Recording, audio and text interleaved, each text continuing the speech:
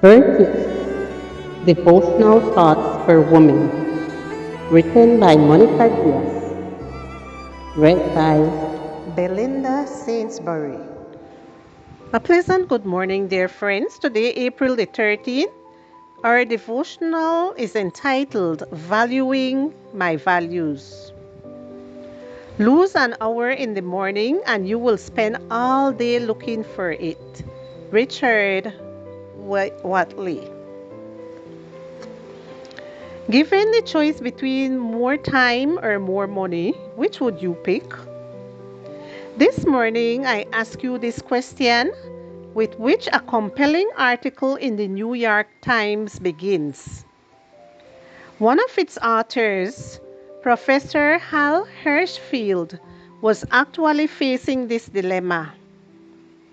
He had just become a father and was invited to give a seminar far from home, which meant spending days away from home. He would be paid quite a bit, and that was an easy value to quantify.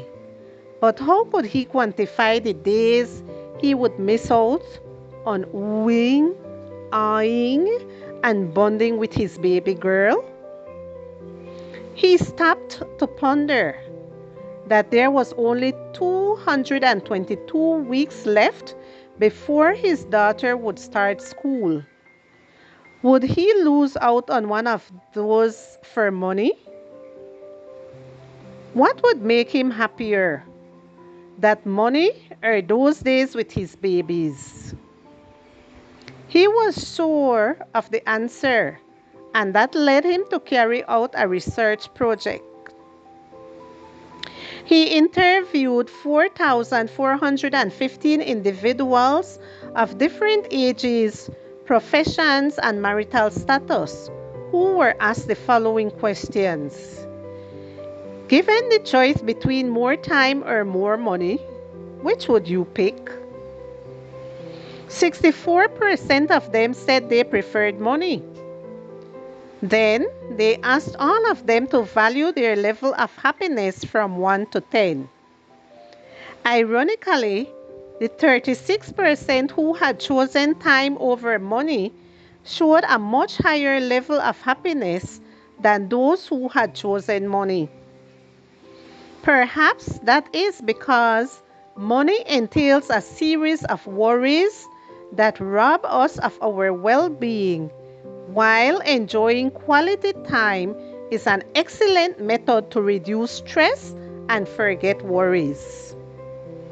It is not my place to say what is best for everyone, whether having more money or more time, because values are individually chosen.